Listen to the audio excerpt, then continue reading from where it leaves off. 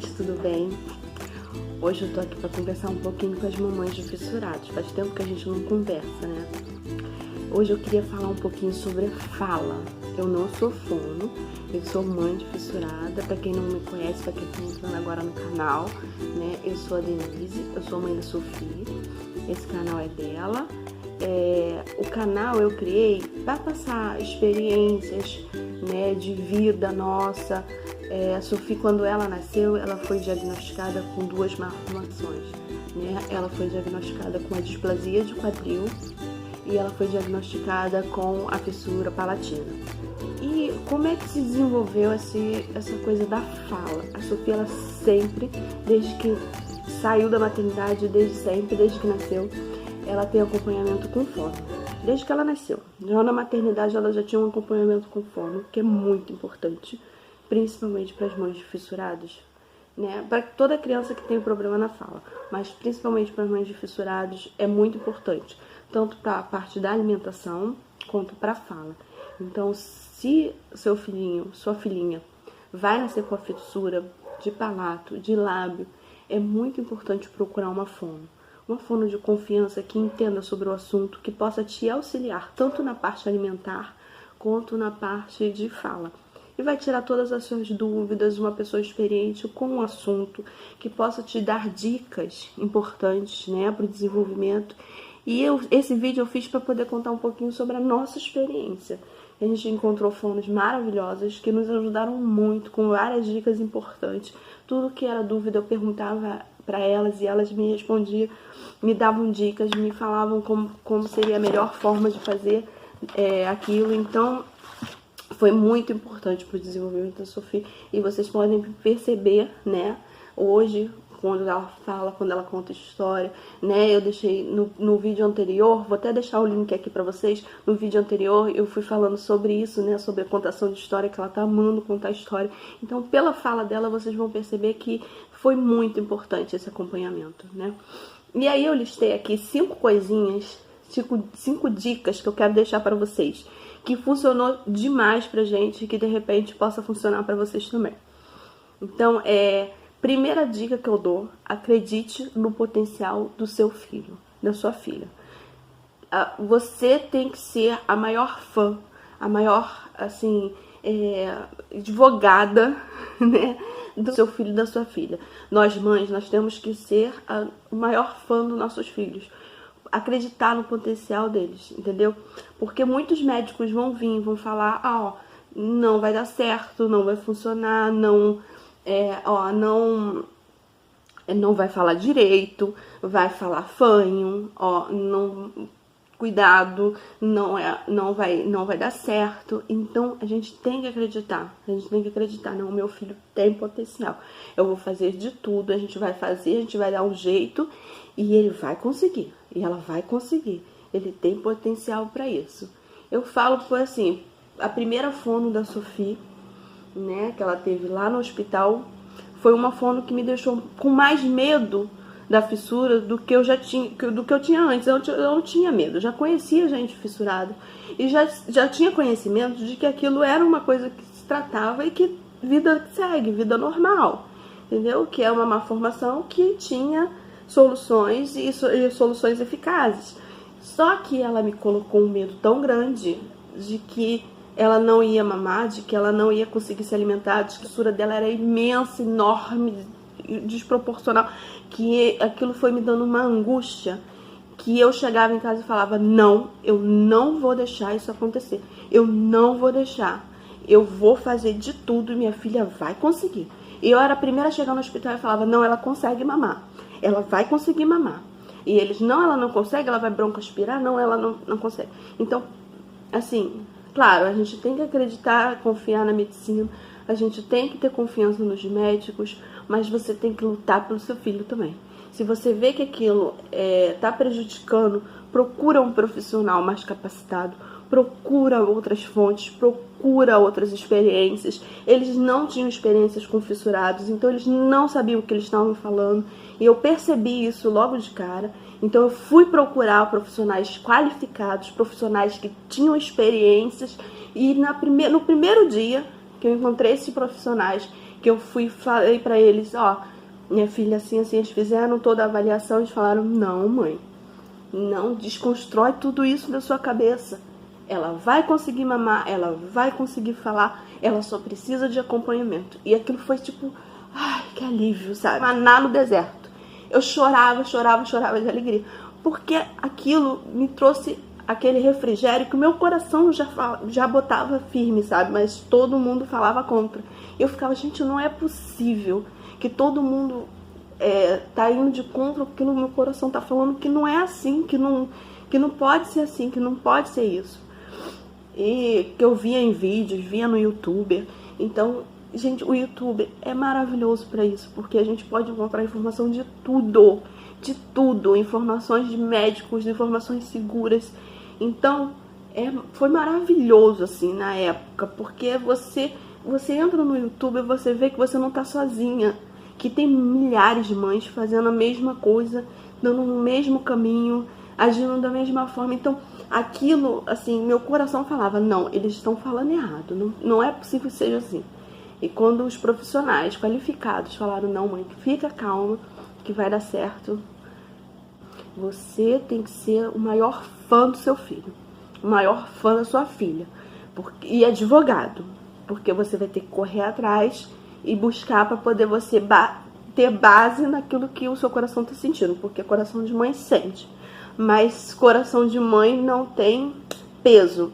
Então você precisa ser advogado do seu filho para você correr atrás e falar, não, ó, eu corri atrás de um profissional qualificado e esse profissional me falou, não, que é assim, assim, assim, eu tive que pegar documento assinado pelos médicos para fazer exatamente daquilo que eu já tinha no meu coração como certo, assim, sabe? Só que eles me deram base e me deram dicas e foram me dando várias informações, várias dicas de como proceder diante daquela situação.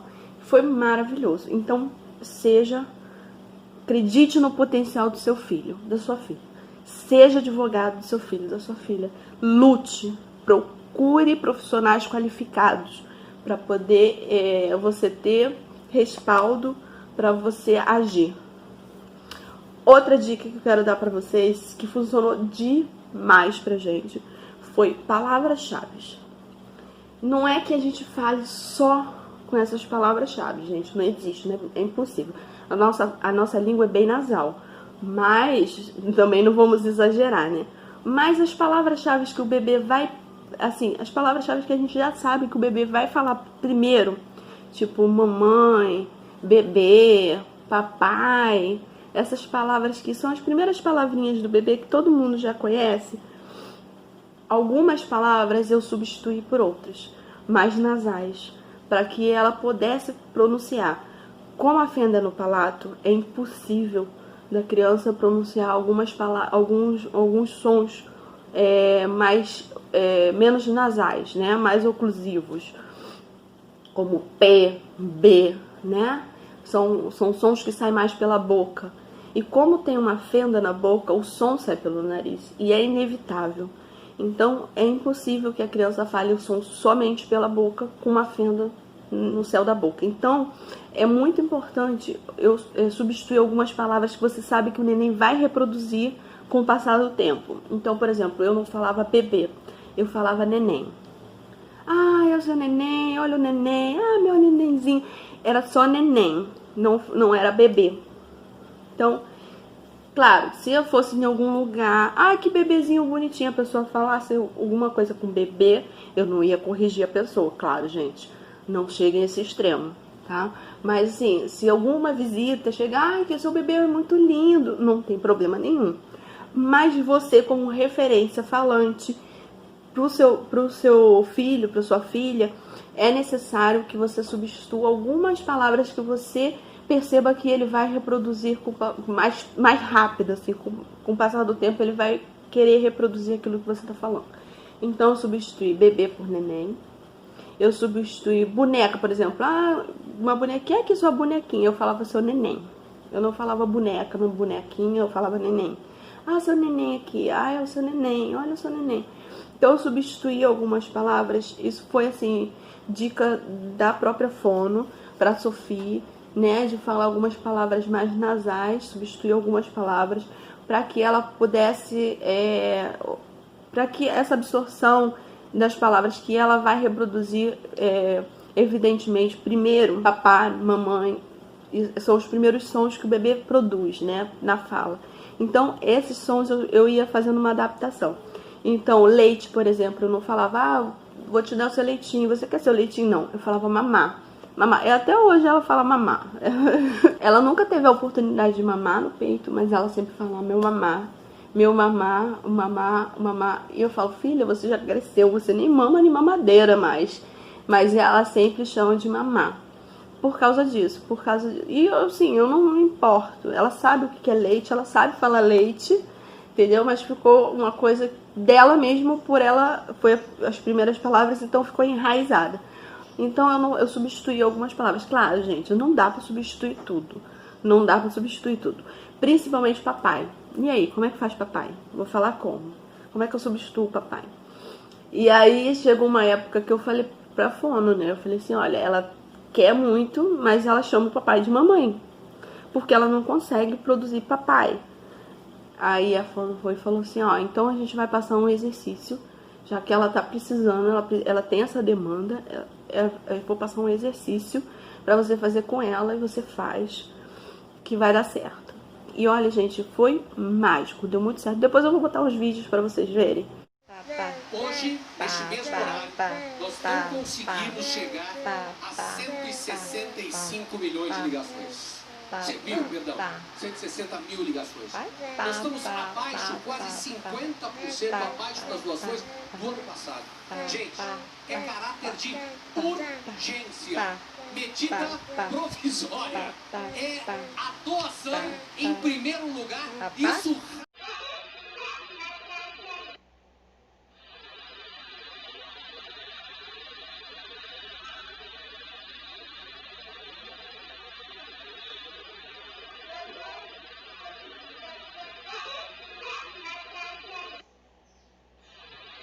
Para vocês verem que ela fazia até sozinha os exercícios, assim, depois que ela pegou a ideia, ela fazia sozinha e foi perfeito, que é o exercício de tampar o nariz da criança, e aí você vai tampar o nariz de todo mundo. Quando você for pronunciar essa palavra, você vai tampar o seu nariz, você vai tampar o nariz da criança, você tampa o nariz do papai, tampa o nariz da boneca, tampa o nariz de todo mundo, ok? Se vai produzir essa palavra, você tampa o nariz, para que a criança entenda que esse som sai pela boca e não pelo nariz. Então a gente vai fazer assim, tampa o nariz, papai, papá. E aí a criança vai entender. E ela fazia. E aí ela entendeu que se ela fechasse o nariz, o som saía pela boca. E saía papai. Então o som saía do jeito que ela ouvia. Porque o ruim é da criança criar essa referência de que ela ouve um som, mas ela fala outro, mas ela acha que tá falando aquilo que ela ouviu. E isso é péssimo, porque aí ela vai criar um vício que depois, para corrigir, é muito difícil. Por isso que algumas fonos falam, não estimule a fala. Não estimule a fala. Muitas fonos falam isso. E assim, eu pessoalmente não concordo. Eu pessoalmente sempre estimulei a fala dela. Mas com esses cuidados. Então, como eu fazia, assim, eu falava o tempo todo com ela, estimulasse no sentido que, como a gente faz com todo bebê, né? Isso aí já é uma dica que vale para todos os bebês. Converse muito com seus filhos. Conversem, fale, porque a fala vem do ouvir. Então, como é que a criança faz? Ela ouve. Aí ela começa a entender algumas coisas. Ela começa a entender. E aquele entender dela, ela começa a testar. E aí, no testar, é um raciocínio bem científico, né? É a observação, aí cria a hipótese, faz o teste, confirma ou não a hipótese. Então, ela vai criando ela observa, ela escuta. Então, ela cria uma hipótese. Eu acho que isso é água. Eu acho que isso, se eu falar isso, eu acho que eu consigo aquilo. Então, aí ela começa a fazer os testes dela. E é muito ruim quando ela ouve uma coisa, ela cria a hipótese, ela faz o teste e o teste é confirmado, só que ela tá falando errado. E para depois corrigir, para depois mudar esse som, é muito difícil, porque fica enraizado. Vocês podem perceber pelo mamar. Até hoje, Sophie fala mamar. Ela sabe o que é leite, ela sabe que é leite, ela sabe que o que ela toma não é mamar, ela não é na mamadeira, não é no peito, mas até hoje ela chama de mamar. Por quê? Porque foi uma substituição que eu achei. Mas ela entende tudo, só que acaba ficando enraizado. É a mesma coisa com o som. Se aquele som fica enraizado, fica muito mais complicado. Assim, pela minha percepção, gente, eu não sou fono, sabe? Mas eu trabalho com criança, eu sou de letras, eu estudei um pouquinho de fonema, do desenvolvimento da fala, né? Eu aprendi um pouco sobre isso na faculdade, sobre desenvolvimento da fala, sobre fonema, sons. A gente aprende um pouco sobre isso, porque a gente é de letras, enfim. Eu faço pedagogia, então entendo um pouco sobre esse universo da fala e da criança em si. Então, é muito complicado, porque ela confirmou a hipótese dela. Depois, para modificar isso, depois que fica enraizado, é muito complicado. Então, é muito importante fazer esse exercício, para que a criança entenda, opa, o nariz, eu tampo o nariz, o som sai por aqui. Então, ela vai confirmar um som que ela está fazendo corretamente. Não, ela vai fazer pá, pá, pá, pá, pá, pá, ela vai ouvir pá, pá, pá, pá, pá, ela vai produzir pá, pá, pá, pá, pá, e aí aquele som vai ser confirmado da forma correta.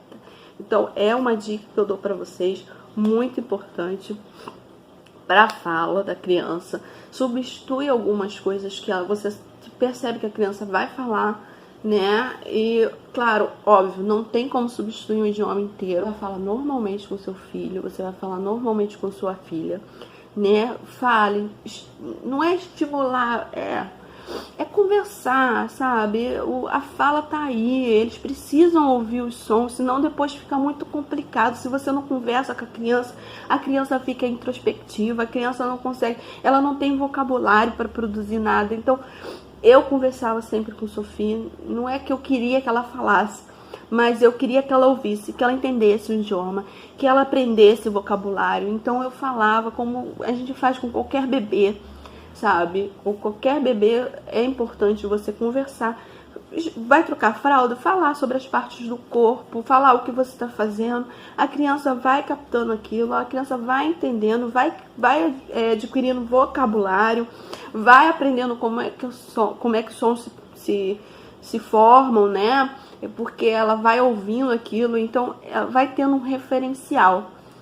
E algumas palavras que eu tinha certeza de que ela ia produzir primeiro, antes da cirurgia, né? Porque a criança já começa a balbuciar as primeiras palavrinhas, os primeiros sonzinhos lá para os 10 meses, 11 meses, já começa a falar algumas coisas, né? Algumas mais precoces começam a já falar algumas palavrinhas já nessa idade, outras não, outras vêm mais tarde, né? Mas a cirurgia dela estava marcada para em torno de 1 ano de idade. Então, e acabou fazendo com 1 ano e 2 meses, né? Então, quer dizer, com 1 ano e 2 meses, a criança já está falando algumas palavrinhas. Então, eu não queria que ela ficasse falando, ou não falasse nada. Eu não queria que se atrasasse por conta de eu não estimular, ou não falar com ela.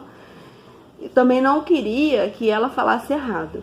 Então, eu procurei meios de facilitar, né, a vida dela, de fazer um ambiente que ela ouvisse bastante, para quando ela fizesse a cirurgia ela conseguisse falar, ela conseguisse produzir normalmente, sem dificuldades. E eu sei que os sons mais oclusivos, né, as coisas que saem mais orais, eram mais difíceis para ela produzir, então eu procurava meios de facilitar. E essa dica do papai foi ótima.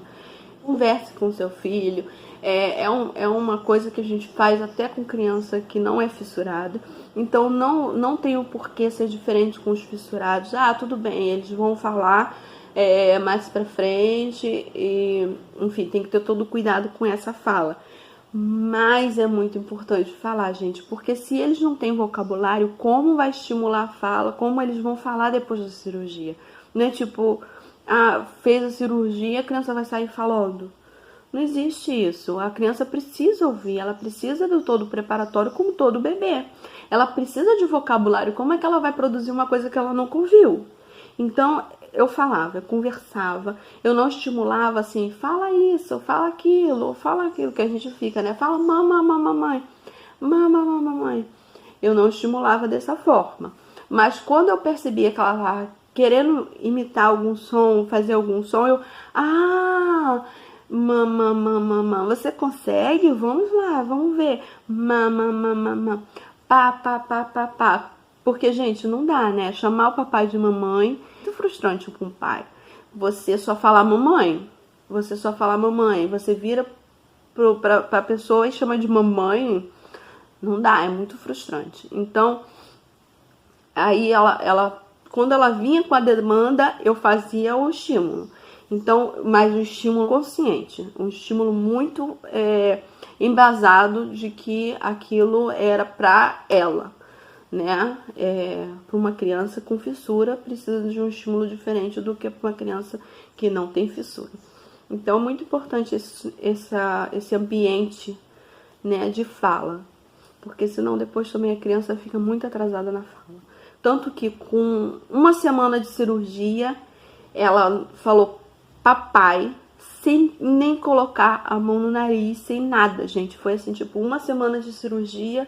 Quando a gente foi fazer a revisão dos pontos, na nossa primeira revisão, ela falou, papai, porque a gente estava indo, né, de condução, e a gente entrou, a condução estava um pouco cheia, eu sentei, alguém me deu o lugar para eu sentar com ela, e ela não viu mais meu esposo, então ela, papai, eu falei, gente, que mágico isso, para vocês verem como é que dá certo, como é que funciona.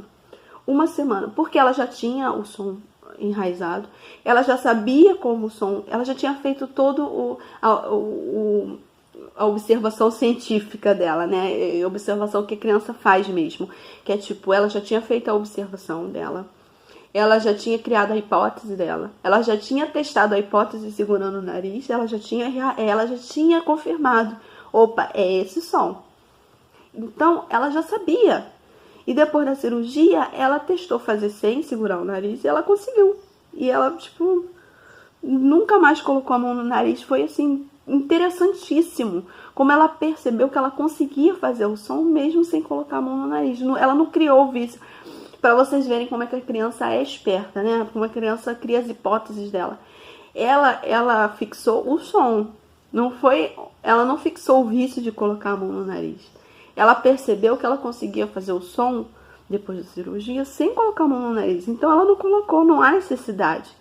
Então quer dizer, fica toda aquela preocupação da mãe, né? Pode ficar uma preocupação da mãe, mas aí ela vai colocar a mão sempre no nariz, até grande, ela vai colocar a mão no nariz para produzir aquele som porque criou aquele hábito. Não. Porque a hipótese dela, a tese dela era o som. E aí a tese dela foi confirmada com a mão no nariz ou sem a mão no nariz. Entendeu? Ela percebeu, a tese dela foi confirmada de que o som sai pela boca. Opa, é esse o som. Então, quando ela falou sem a mão no nariz e confirmou que aquele som saía, que era o som que ela já tinha testado, que tinha confirmação de que era aquela palavra, então ela falou, opa, não preciso botar mais a mão no nariz. Eu consigo falar sem precisar botar a mão no nariz. E nunca mais ela colocou a mão no nariz e sempre falou certinho. Então foi maravilhoso, gente. Essas dicas funcionam. Dão certo. Consultem a fono de vocês para mais dicas ou para confirmar se tem a necessidade ou não dessas dicas. Então, para o filho de vocês, porque cada criança é uma criança, cada fissura é uma fissura, cada fissura tem um formato diferente. Mas olha, gente, conversem com a fono de vocês, porque comigo funcionou super. Então, por isso que eu tô dando essas dicas para vocês. E a quinta e última dica que eu vou dar para vocês é sobre a alimentação. A alimentação é importantíssima para fala, gente. Vocês não têm noção de como é importante para fala a alimentação. Por causa dos músculos da boca. Se a criança não exercita esses músculos, não tem como ela ter... É que nem o nosso corpo, né? Se a gente não exercita o nosso corpo, não tem como a gente fazer uma maratona. Então, é a mesma coisa. Se a criança não exercita os músculos da boca, não tem como ela produzir a fala. Ela vai ter a língua mole, ela vai produzir sons, não vão sair do jeito que a gente pretende. Então, é muito importante a alimentação. E aí, depois eu vou fazer um videozinho pra vocês falando só sobre alimentação. porque é fundamental a alimentação. Gente, não pense porque é fissurados, tem que se alimentar de forma diferente, tá? Tem que ter seus cuidados? Tem. Vai ter algumas coisas diferentes? Sim. Mas não mudem tudo. Não, é aquele nossa primeira dica. Acredite no potencial do filho de vocês, porque eles são capazes. Eles conseguem. Vão ter algumas modificações? Vão. Vão ter algumas adaptações? Vão, porque eles precisam de algumas necessidades especiais, né? Eles precisam de algumas coisas para que o objetivo seja alcançado, eles precisam de algumas adaptações. Mas acreditem nos potenciais deles, porque eles vão conseguir. Tenham fé, tenham confiança no filho de vocês, porque eles conseguem, sabe? Também facilitar demais é aquela coisa da filosofia Montessori, né? Não dê ajuda demais para a criança, porque às vezes a criança não precisa de tanta ajuda. Então, quando você oferece muita ajuda, não faça pela criança aquilo que ela pode fazer por ela mesma, porque senão você atrapalha. E você está pensando que está ajudando, e você não está ajudando, você está atrapalhando o desenvolvimento dela. Então, tem que prestar bastante atenção nisso. Ela vai se alimentar como qualquer outra criança. Ela vai precisar de algumas adaptações, por exemplo, comida que sai pelo nariz vai ter que ser lavada, né? Algumas vezes ela engasga, e aí ela quer desistir da comida porque engasgou. A gente tem que, né, ter todo um jogo de cintura para que aquilo não vire um vício, para que aquilo não vire uma frustração muito grande, né? Porque aí a criança engasga e aí tem que lavar o soro, aquilo tudo é incômodo, aquilo tudo é muito chato, né? Você engasgar já é chato, imagina você engasgar, ter que lavar nariz, não sei o que lá, e voltar a comer. Para a criança é muito frustrante. Então, às vezes, você tem que criar meios, né, de facilitar todo esse momento, mas que eles são capazes, são. E eles vão comer comida como qualquer criança, vão. Eles vão comer comida papinha amassadinha, vão comer papinha, depois eles vão comer arroz, feijão antes da cirurgia, mesmo com paladar, vão. Tá? Eu já assim, procurem a fono de vocês, tenham mais um respaldo, né, num profissional. Mas eu já adianto para vocês que comigo foi assim. Eu comecei tudo. Depois eu vou fazer um vídeo para vocês com calma sobre alimentação. Mas acredite no filho de vocês. Era esse o recado que eu queria dar para vocês. Gente, um beijo. Até a próxima. Tchau, tchau.